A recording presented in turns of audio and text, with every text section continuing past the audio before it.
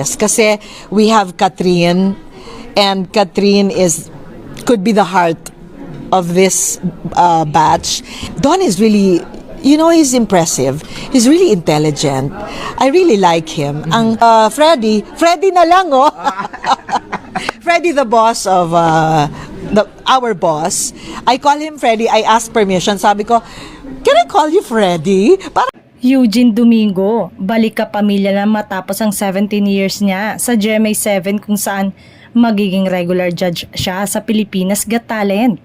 Nag-trending kahapon ang pagbabalik ng kapamilya show na Pilipinas Got Talent para sa bagong season nito.